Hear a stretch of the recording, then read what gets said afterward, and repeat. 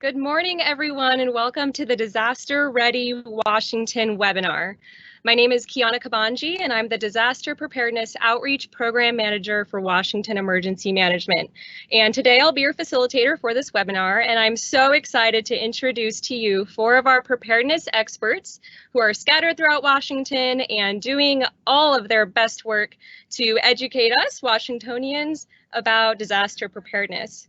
So a few things to note before we get started. If you'd like machine translated captions, you can find the settings to turn that on in the lower right corner of your screen.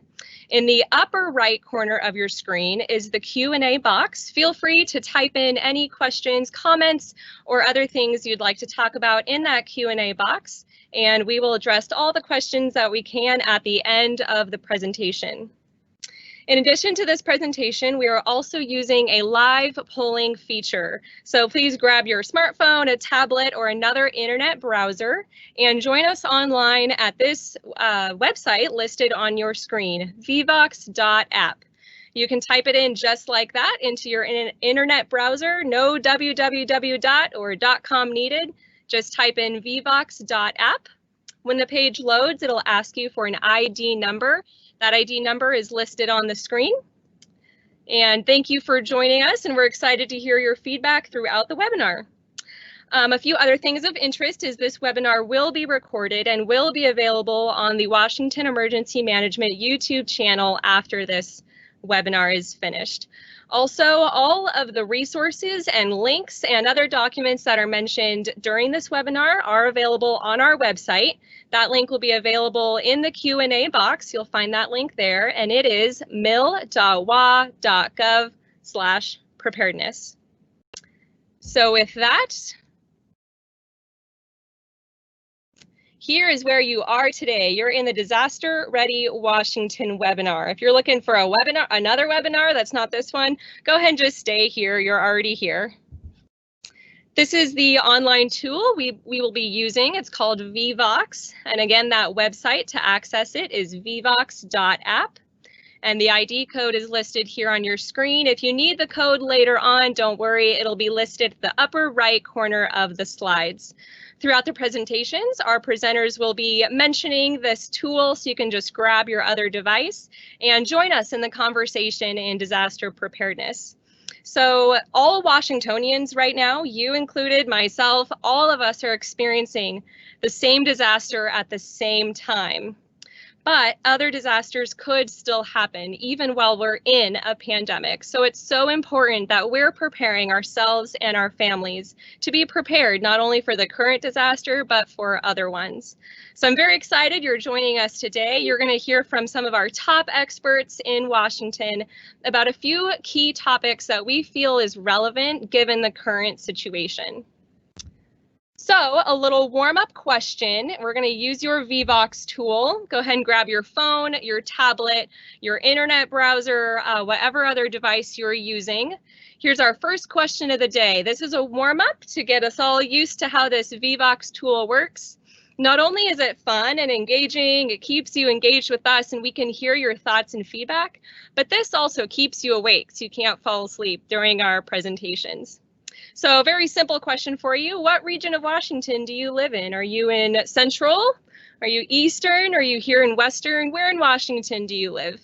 If you happen to be joining us from outside of Washington, you can just pick whatever region you want.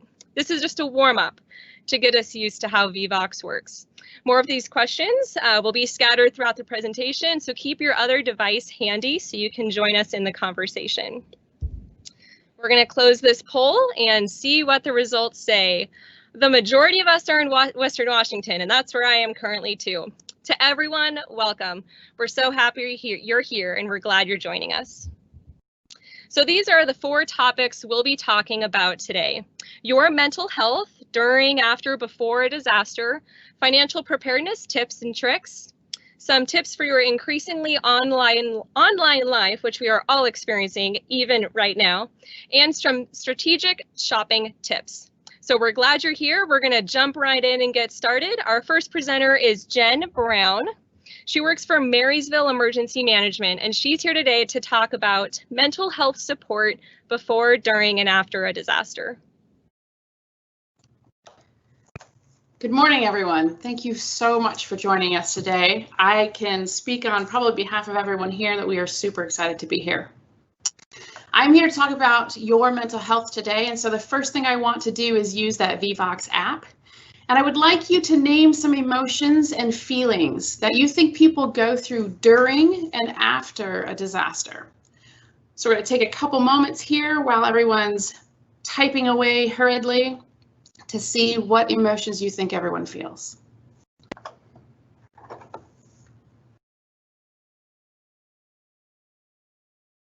I will go ahead and add my own word.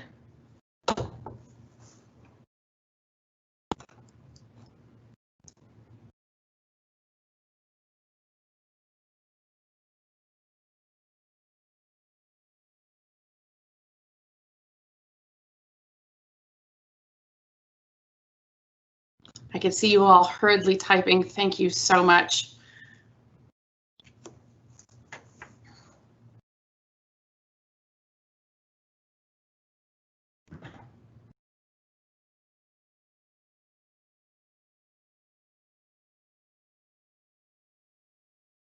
All right, so while that loads all the words in a second here, you'll be able to see what we all had to say. So I see fear. It looks like a lot of people said fear. The words are listed by size, which shows the bigger the word, the more people used it. So fear, disassociation, stress, anxiety, grief, suspense. That's a really, really good one.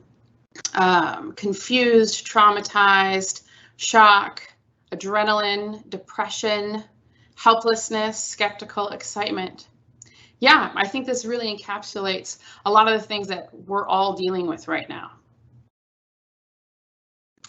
What's really important for us to understand as we try to manage and navigate this thing is that trauma and traumatic stress impact everyone completely differently. So let's try to figure out what exactly we're talking about when we say trauma and traumatic stress. Trauma is an emotional response to a terrible event like an accident or natural disaster. Immediately following the event, shock sets in, and you can feel denial. You can feel tons of different unpredictable emotions. You can have experiences like flashbacks. These things can strain your relationships. It can also cause physical manifestations like headaches or nausea. With COVID, the interesting and really challenging piece is we're all experiencing this event together. And so by some people's definitions, this is collective trauma. And it is this idea of a traumatic experience that affects entire groups of peoples, communities, and societies. Collective trauma is extraordinary, and it's important to note that because collective trauma has consequences for individuals, but it also can change the entire fabric of a community.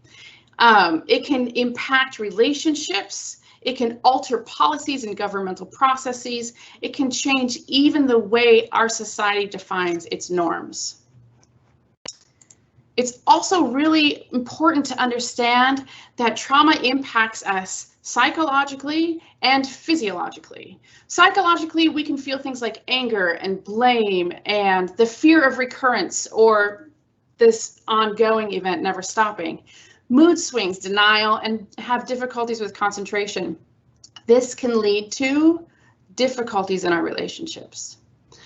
Physiologically, trauma and traumatic stress impact us physically in our body, right? So you can have nightmares and insomnia and hyperactivity. You can experience rapid breathing all the time. You can have all sorts of problems with your GI system, muscle tension, stomach pain. This can lead to increases in alcohol or drug consumption. And all of these things can decrease our immune system, which I'm sure, as you know, is not something that we want compromised right now. So as we begin to think about how do we help ourselves and how do we help others, it's really important to remember there is no right or wrong way to feel. So it's really important that you don't judge yourself when trying to manage your emotions and that you don't try to tell others how to feel. It's also really important to not ignore those feelings. Sometimes when we deal with lots of stress over long periods of time, it feels good to kind of put our emotions in a box and then take that box and put it on a shelf in hopes that, I'll deal with it later. I don't have to feel that right now.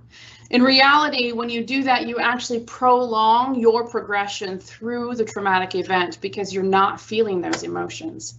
Allowing yourself to feel those emotions can actually help them dissipate sooner.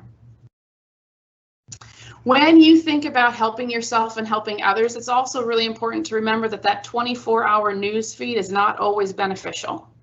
I know that we want to know what's going on, and when we feel out of control, we seek to assert control in other ways. And sometimes that's manifested by how often we get online and check to see what's happening. Viewing and reviewing traumatic parts of this event aren't helpful. So be really careful with the amount of external noise you let in. It's also really important to try to reestablish your routine. There is comfort in things that we do on the familiar. After a disaster, getting back as much as possible to your routine is important, and it can decrease your stress. When you think about helping others, it's also really important, and when helping yourself, to try to put huge life decisions on hold. We've kind of talked about what traumatic stress and trauma can do to us as far as psychologically and physiologically, and all those things can compound the way we process information. Beyond that, big life decisions are stressful, and trying to make those during an already really stressful time is typically not beneficial. So when we think about coping, most frequently, the first coping skills that go away when we experience trauma are the abilities to eat and sleep. And it's really, really important that we find a way to get back to those two coping skills as fast as possible. Not sleeping becomes detrimental to your health very quickly. And it's really important that you try to get sleep. I know that stress and worry and anxiety and fear can all really break into your sleep, but it's critical to try to find a way to reduce those stressors so you can sleep. So try to go to bed and get up at the same time. Do relaxing things before bed. Really try to exercise daily. That can help your sleep. And then it goes to eating. And honestly, comfort foods feel good just about any time of the year. And when we're really stressed, comfort foods sound really great. And I could go on into all the chemical reactions in your brain, but that's a different webinar. What I want to talk about is the foods that make you feel good may not be the foods that help you. And the foods that help you are going to be those natural, unprocessed foods. They can help relieve your traumatic stress symptoms. They can improve your energy, which then can improve your outlook. So it's really important that you really take care of what you're eating. So I've said things like trauma and traumatic stress. Let's talk about the difference real quick. Traumatic stress is the stress that we feel during an event that is traumatic, right? There is a difference between experiencing the symptoms of traumatic stress and having PTSD. PTSD is a diagnosis that gets thrown around a lot, and I want to coach you a little around the differences. With traumatic stress, your day will be terrible, but each day will be a little bit better than the one before. You will have this incredible load of stress, but over time, if you take the steps to take care of yourself, you can begin to see a decrease in those symptoms. With PTSD, it's different. PTSD is where we get stuck, and we can get emotionally stuck in a space where over time, things don't actually get better. They actually can get worse. And another thing that comes with PTSD is what I refer to as mountain peaks. Did you know that from the top of a mountain, you can see something that no one else can see? And typically, it's peaks of other mountains. You can't see them from down on the ground. When you think of trauma and traumatic stress, there is a sense of physical and psychological acceleration. When traumatic things happen, we become exceptionally accelerated, and it drives you up this mountain peak, right? It's very common that when you're experiencing a traumatic event and you're standing on that mountain peak, you can see the other times when you were this accelerated before. You can see these other traumatic events in your life that when de-escalated, you didn't notice anymore. But now that you're back on top of this mountaintop, you can see and feel those other events. And I just want you to know that that's okay and it's normal. And it's lots of times that when we're up here on these mountaintops of our emotions and our psychology and our physiology that we get reminded of the other times we've been up here. It's just an important note for you to keep in mind, and for you to keep in mind when you're trying to relate to others. So, speaking of relating to others, there is a time when you need to get help. There is a time when you need to help someone that you care for get help. And those times come when people tend to be at the ends of their ropes, when the symptoms haven't changed, when enough is enough, when you continue or your friend continues to have these feelings of hopelessness and helplessness.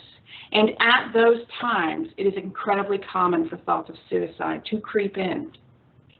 If you or anyone you know is feeling suicidal, it is time to get help. I've put on the screen the suicide prevention hotline, and you can call that number. It's 1-800-273-TALK.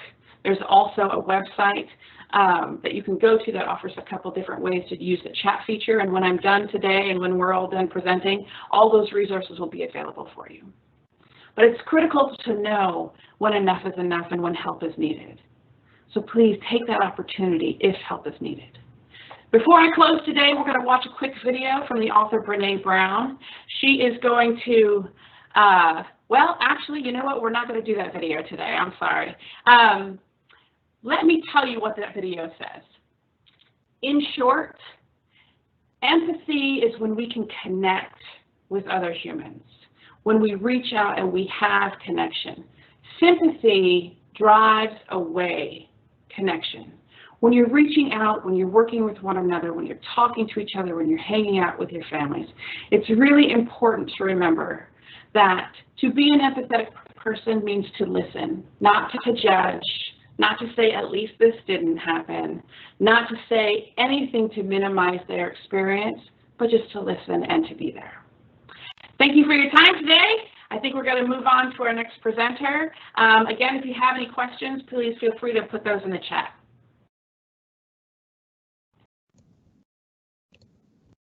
Thank you, Jen, so much for your wealth of information and for sharing that with us today. Next, we have Michelle Bull, who is a preparedness expert with Snohomish County Emergency Management, and she'll be talking to us about financial preparedness.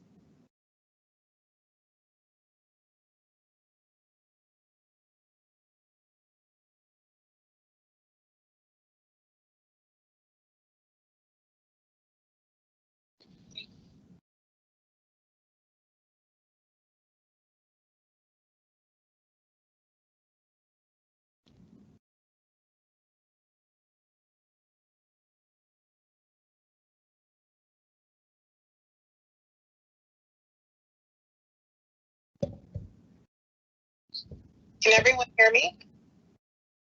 Yes, Michelle. Great. Okay, we're dealing with some technical difficulties on my end, but let's get started with financial preparedness. When most people think about getting prepared for disasters, the first thing that they think about typically is, oh, I got to get together my disaster kit or go bag. And while that's important, you know, we know now more than ever with the coronavirus that financial preparedness is definitely impacting us, and that financial preparedness and disasters come in many shapes and sizes. You know, disasters aren't typically just earthquakes or landslides. It could be major life events like losing your job or being injured, or major health issues, possibly a divorce, or maybe even being invaded by murder hornets. In fact, 6 out of 10 households will experience at least one emergency per year. Next slide, please.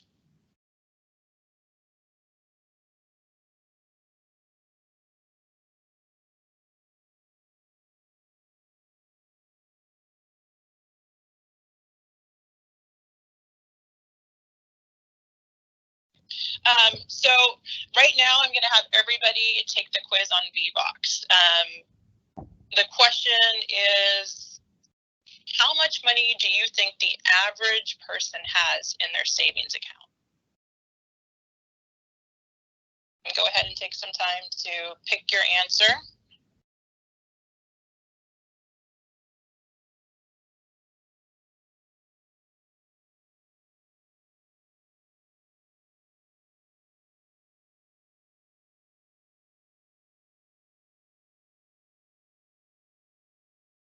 Okay, these are the results. So the correct answer is $2,600. So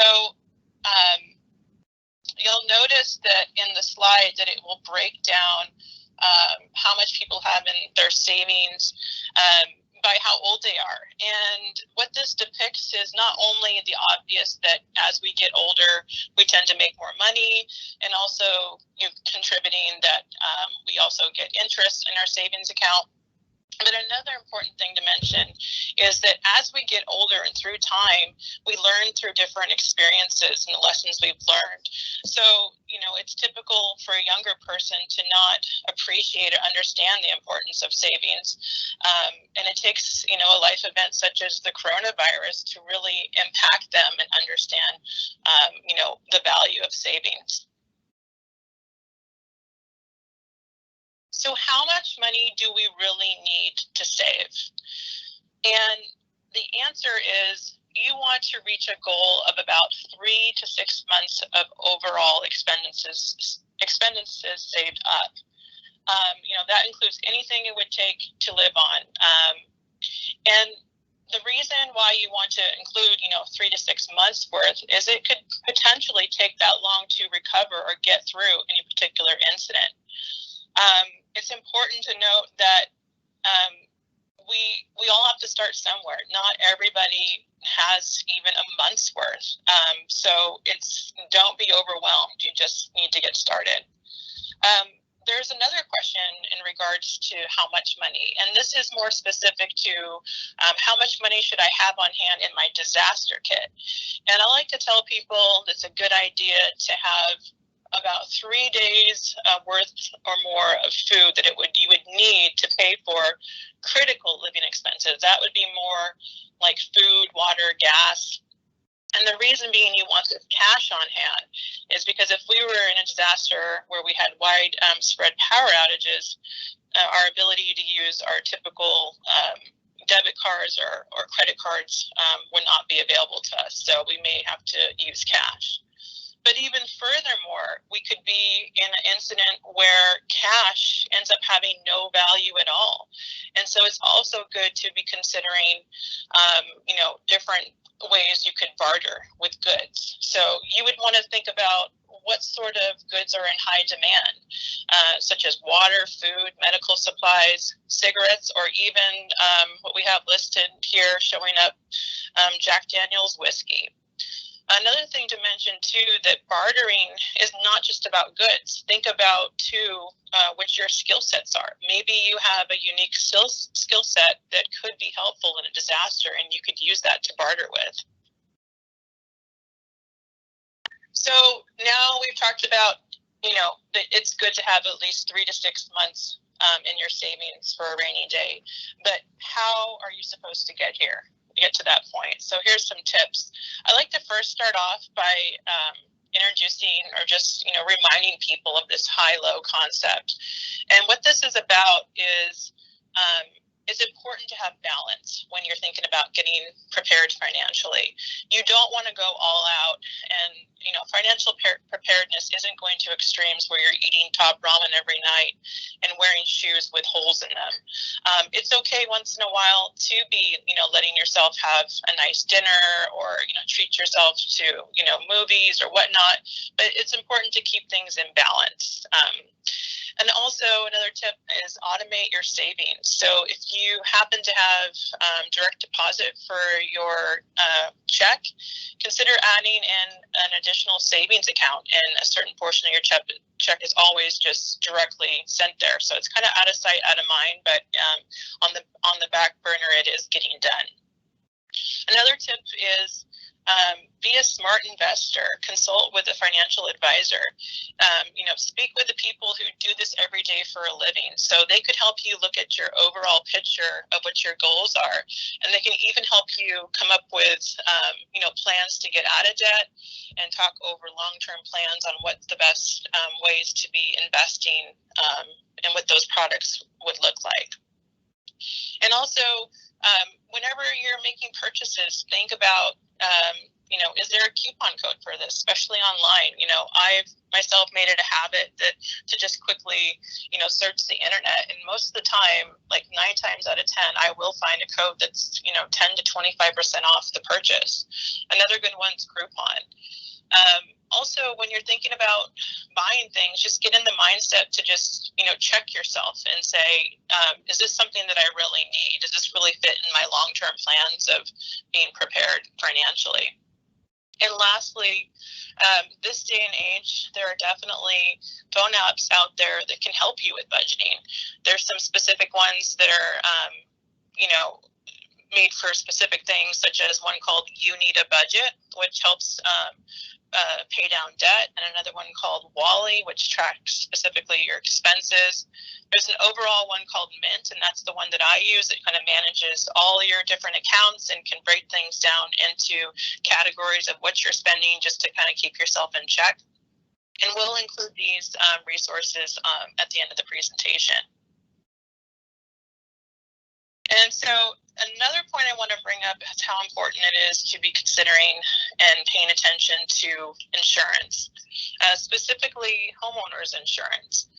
A lot of new homeowners and some ongoing homeowners don't know that insurance does not typically cover damage caused by floods, earthquakes, or landslides. So how do you know when you should be getting insurance? And the answer to that question is, I'd like to tell people that you should learn about the hazards in your area. So here in Snohomish County, we have something called the Hazard Viewer, where you can look up your address and you can see what hazards are at risk in any given area in the county. So that would include things like, are you in a floodplain? Are you prone to landslides in that area? Are there any active faults?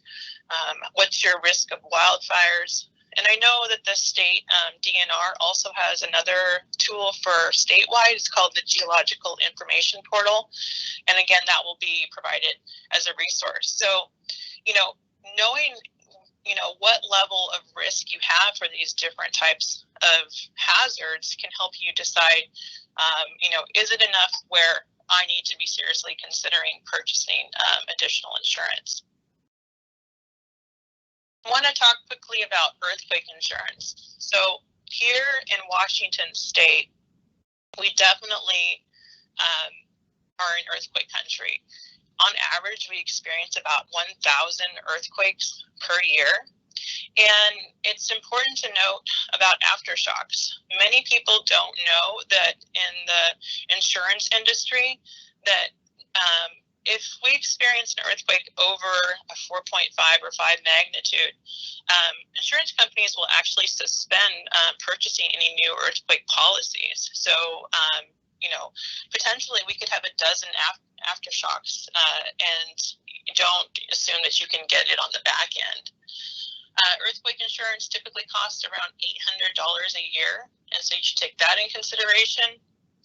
And also take in consideration that most deductibles for earthquake policies are around 10 or 15% of the total insured value.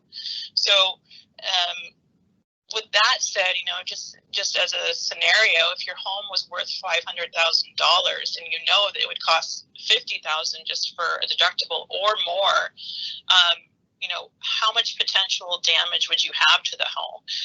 If you lived next to the Cascadia subduction zone with a potential of a 9 magnitude quake, you more surely would want to, seriously consider earthquake insurance.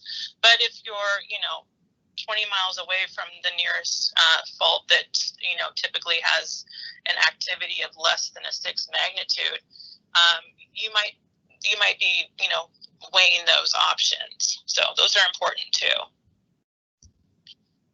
Also, for flood insurance, most people don't know how significant a loss of damage is caused by floods each year. So each year, on average, in the United States, there's a $6 billion damage cost. And flood insurance is not just for homes that are on floodplains. In fact, you should be considering, do you live next to a river, a levee, a dam? In fact, 40% of all flood insurance claims were made by people outside of high-risk areas. So this is something that can affect all of us, and this is one that I would suggest you seriously consider. Cost is around $900 a year for the average home. That concludes my financial preparedness portion, and I just want to leave you all with just remembering that you don't need to be overwhelmed about this, and just starting somewhere is a good thing. And I would encourage you to check out those phone apps and check out what actual hazards and the level of risk that you have to help make good decisions on, how you want to be prepared. Thank you.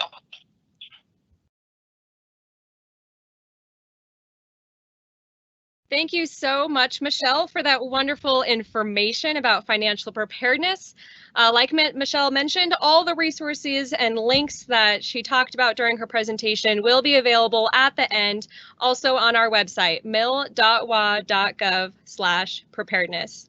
So next we have a preparedness expert, Rebecca Chatfield from the City of Bellevue Emergency Management Office. So she is here with us today to talk about some online safety and security tips, as we all have been on our computers for months now. So thank you, Rebecca, for joining us. Thanks, Kiana. Appreciate it. So yes, I'm going to talk about tips for your increasingly online life. We're shopping online, we're teleworking possibly, we're trying to connect with friends and family using new video tools. Those social connections, even though we can't be together face to face sometimes and we have to follow social distancing guidelines, we do have some technology tools to be able to help us with that. So let's look at a few of those. These online productivity tools, video conferencing tools. The graph on the left shows you the increase in the use during COVID-19. It just sort of exploded. Some of the new tools that are available that you can give a try for free are listed on the right. So some of the bigger ones that people have been using are Zoom, which is, there's a free version of Zoom. You can have 100 people on that. There is a 40-minute time limit, so that limitation can be a problem for some applications. Google Hangouts, if you use G Suite, you might be familiar with this one. It's a very easy tool. You can have 10 people on there. It's pretty simple to use. Skype, of course, comes with the Microsoft products, and it can be easily used in a browser, and you can invite people to those Skype sessions with a simple email. So that one works pretty well. There's one more down there, free conference. I just want to point it out. If you have international folks you want to connect with, that one can work for you. It can only have up to 5 people, but it's you don't need to install any software with that. But the goal is to keep our social connections as sturdy as we can. So we'll do a quick poll and see what you might have used. Some of you may have used these tools in a more casual context. If you have Apple devices, you might have used FaceTime. Facebook Messenger is another one. They're trying to capture some of the Zoom market going on right now. So let's see what we got. And I can't actually see the results of the poll, Kiana, so it's going. Okay, so we'll wait for a second. I've personally used Zoom and Skype and FaceTime and they all have their pluses and minuses. So of course you want to see the links and the resources that are available to be able to look at the different features of these tools.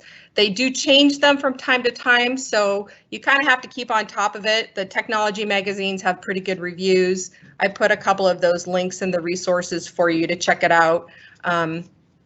So yeah, so it will take sometimes a little bit of research to figure out which tool works for you. But I encourage you to look at the free options first, because that's you can try before you buy. Most of those do have paid options as well, and you can look at the breakdowns for your budget of how those go. Okay. All right. You can see how we break down here as a group.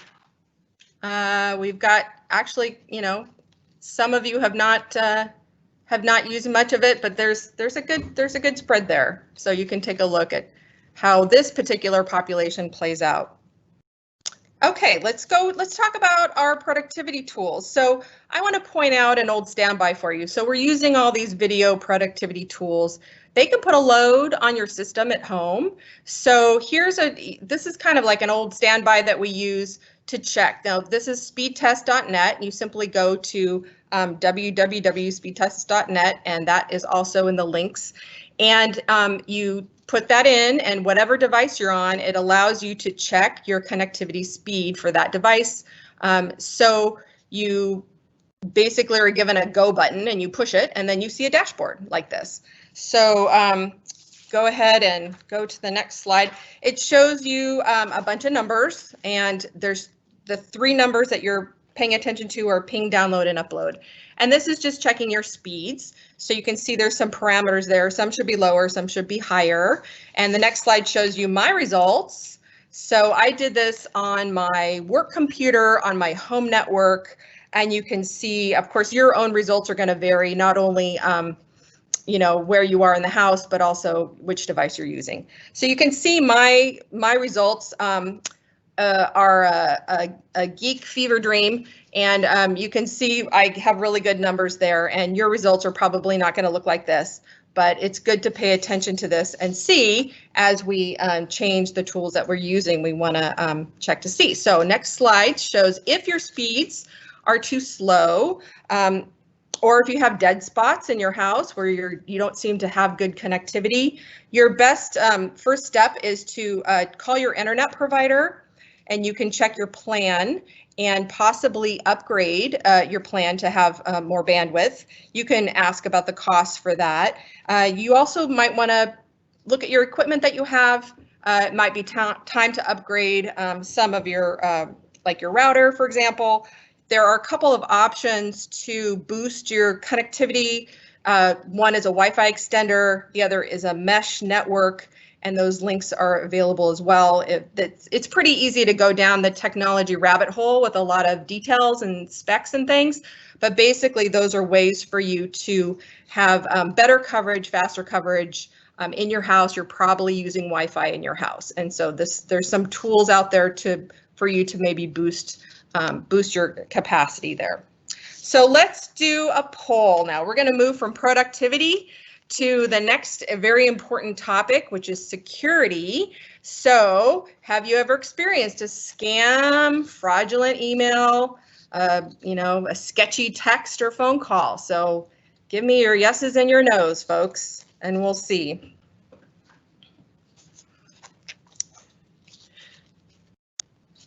Oh, I got to keep talking. So there's a variety of ways that people can reach out to you. The robocalls, we've maybe experienced that. The weird emails you get that talk about the Nigerian prince and how they want to give you a bunch of money. Some of these are really obvious, and these are frauds. Some are not so obvious. The bad actors have gotten more sophisticated about how they do these kinds of outreach efforts. And, sometimes it's a little bit tricky. Okay, so how are we doing here? How many of you had yes? Okay, I love this answer because this wasn't really a poll, it was a quiz. And here's the answer. The answer is yes, you have been scammed because it has happened virtually to everybody at some point along the way. So I'm glad to see you're all swimming in some reality about this. Okay, so the next slide shows you why do these scams and tricksters and bad actors, why do they keep coming after us? Why does this continue to be a problem?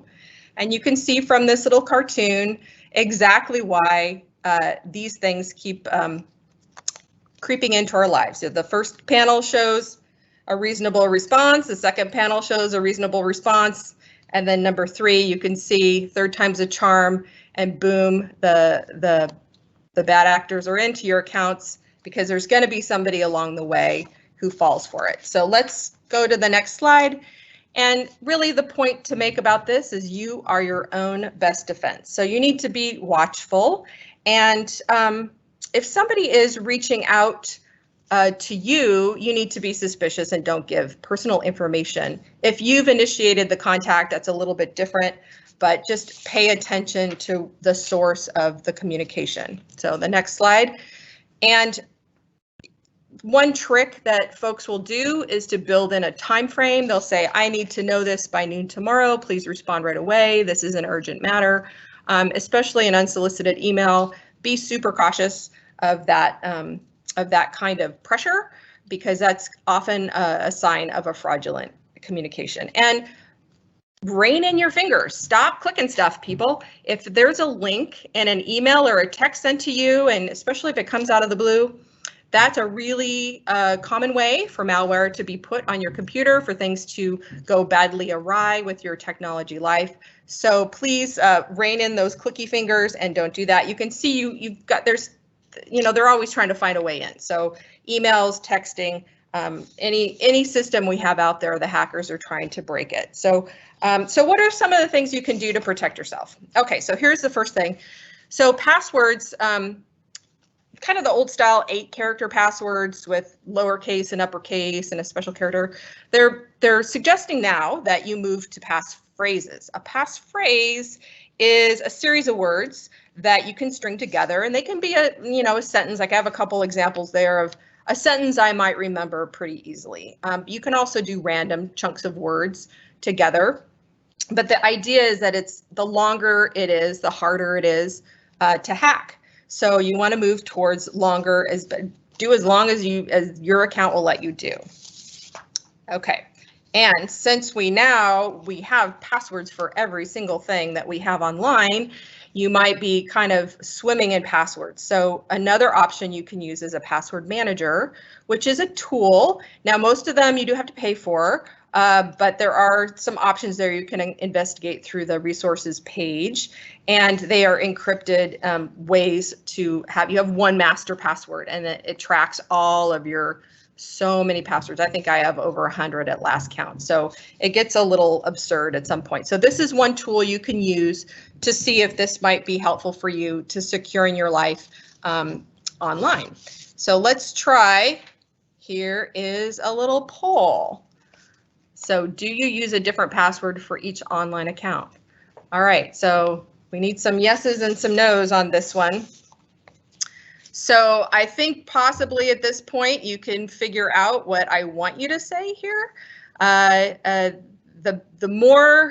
trickier, the more barriers you can put up for the scammers. You don't want your email account login and password, or your password for your email account, to be the same as your password for your bank account, for your social media account, for sure. Don't get lazy. Don't get lazy about your passwords. And actually, this question should be, do you use a different passphrase for each online account? Because that would be the adjusted learning on the fly version of this poll. So we'll give it just a few more seconds. Let's see how people did. Okay. Ooh, okay. All of you that said no, you have some homework to do. So different password for every account you have is super important. Okay, so then another couple tips for you So a lot of online accounts have this sort of built in automatically, or they give you this option of two-step verification.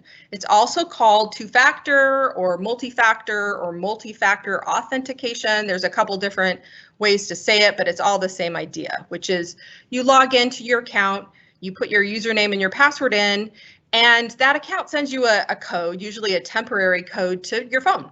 And then you put that code in as part of your login process. And the idea is, so, stuff has been skimmed out of hacks and breaches and put into the dark web. So any particular account username and password you have might be out there for sale. So if somebody is using that to log in, they're not also going to have your phone on them. So this allows another layer of security. It's a different way to block people who might have part of the information, but they're not going to have all of the pieces. So I encourage you to sign up for multi-factor authentication whenever it is offered for any account that you have. Okay.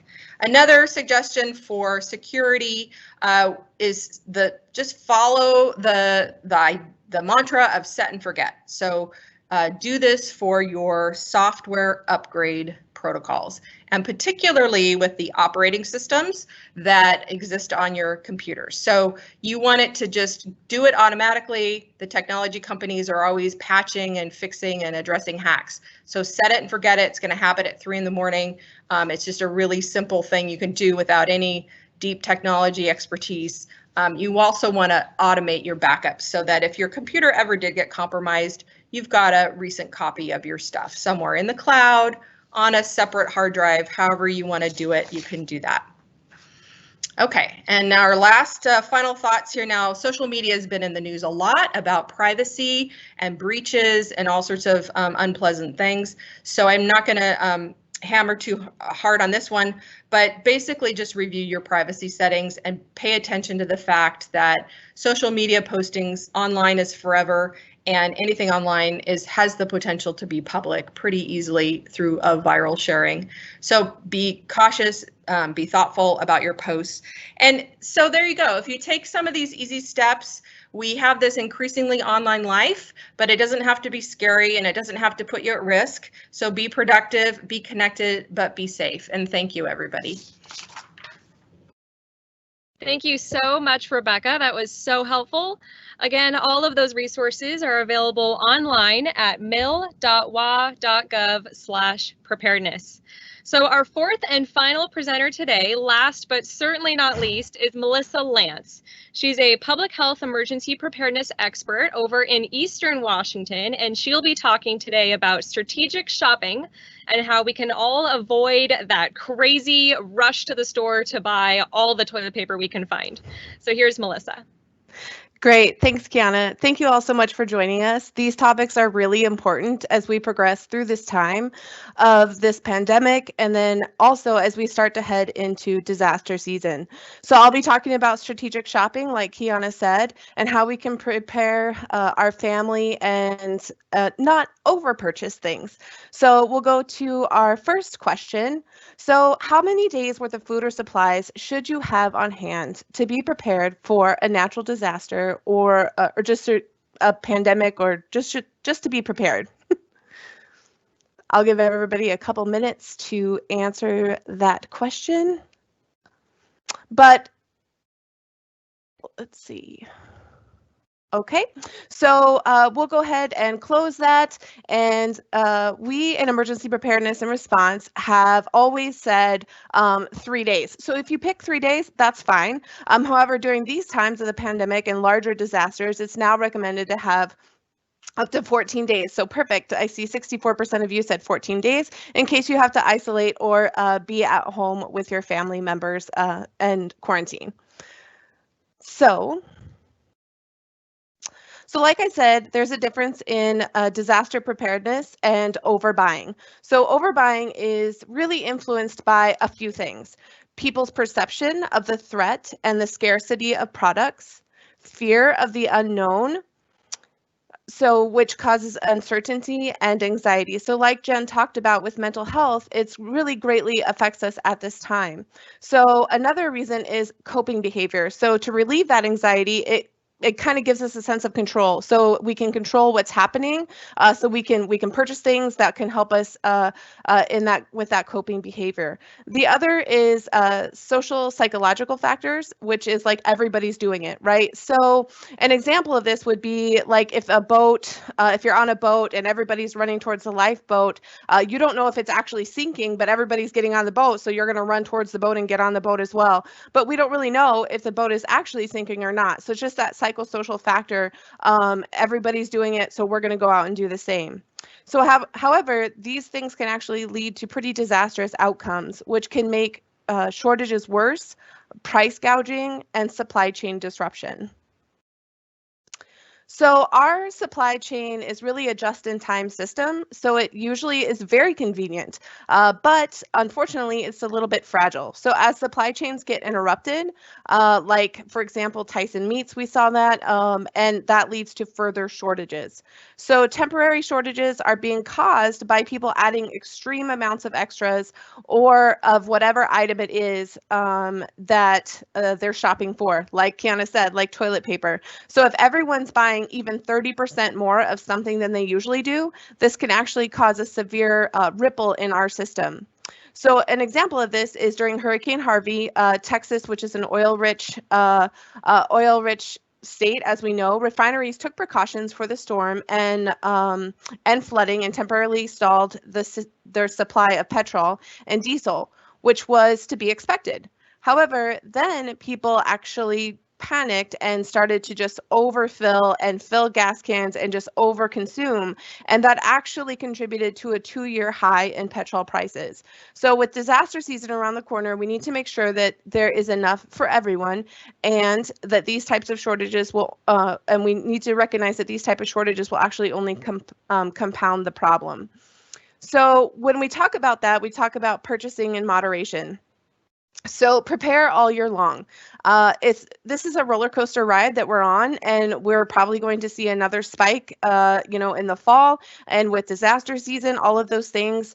Shopping now, when you shop now, it's important to just add one extra item of whatever it is that you might need every 2 weeks when you go shopping. So the key is small amounts at a time. And this will limit the financial impact, like we talked about earlier, and prevent shortages and price gouging, and actually minimize your trips to the store. So if you all saw this graphic, hopefully that's why you're here. It really is important to look at purchasing something throughout the times that you're going to the grocery store instead of buying it all at once, because that will actually cause issues like I talked about with our supply chain. So it's also a financial benefit to shop this way, because if you go back to what Michelle said and what she was talking about of being financially prepared, adding one extra item to your shopping list a month is better than purchasing all at once. So being 2 weeks prepared, what are some things to keep in mind when you're purchasing food or supplies? That's our next poll question. So think about these things as you're going through, like, what are some things to keep in mind as you are purchasing supplies for your family? If you want to be 2 weeks prepared, what are some important things that you should be thinking about? And again, as Michelle was talking earlier, being financially prepared, this will be helpful as well. So due to time, we're going to go ahead and close that poll. Right. Yeah. So it's actually all of the above. So you should be thinking about any dietary restrictions that your family has, whether that's gluten intolerance, nut allergy, all of those things. If you have elderly people in your family, breastfeeding moms need more caloric intake. So all of those things. So make a plan. In your plan, you can have food on hand to be able to sustain 2 weeks, either isolation and quarantine or a large national disaster, like we've said. And again, purchase that food for 2 weeks, and that can help maintain the supply chain and then maintain obviously your finances as well. So the other thing I want to point out is don't forget about your pets. If you have pets, don't forget to purchase that food for them and help them be prepared, or any items that they might need, or medications. So making sure that you have those medications on hand for supplies that'll last 2 to 4 weeks. And make sure that you're minimizing your trips to the grocery store. So if you're shopping every couple weeks, and then only take no one with you if you can, but only take one person if you can as well. So take it seriously. If, like we talked about, make a menu, make a plan. Try and plan your meals ahead of time in order to reduce the times that you need to go to the grocery store. Plan for freezer meals. So make ahead meals, get your kids involved, get the family involved, make it fun. Plan the week for 2 weeks, make your freezer meals ahead for 2 weeks ahead of time. It's all the rage these days. Everybody's doing it. So it was actually popular before COVID. So make sure that you're using that time to bond with your family and have some fun. So making a list and checking it twice. Use that list to stay focused. Plan your trip. If you don't want to go to the grocery store, then make sure that you use the grocery pickup or delivery systems that are available. And make sure that you just plan ahead and think ahead, and that will actually save you in the long run, both financially and save your trips to the grocery store. So thank you all so much for joining us today. And remember, small purchases over time will help you be successful. Thank you so much, Melissa. That was fantastic information. Wow. Thank you so much. It was so relevant also. So now we'll be moving to our questions time. So if you've submitted a question in the Q&A box, we will get to that. And how we'll do this for our presenters is I'm just going to keep you on your toes. I'll pick one of you to answer the question. For everyone joining us today, these are some of our absolutely finest preparedness experts throughout the state. Throughout Washington, we have a number of preparedness experts who are here to help educate you and me and our families on how to be safe and prepared before disasters. So we have 5 of them here today. You heard from 4. We have one more joining us. Her name is Sophia, and she is the preparedness expert for King County. So we'll be grabbing some questions and I'll be throwing them out to our presenters. Presenters, don't forget to unmute so we can hear you. One question to start, and I'll throw this to Sophia, is how would someone know if a disaster is about to happen? If it hasn't hit the news yet, they haven't heard sirens yet, is there a way that people can hear from you, from your office, that something's happening?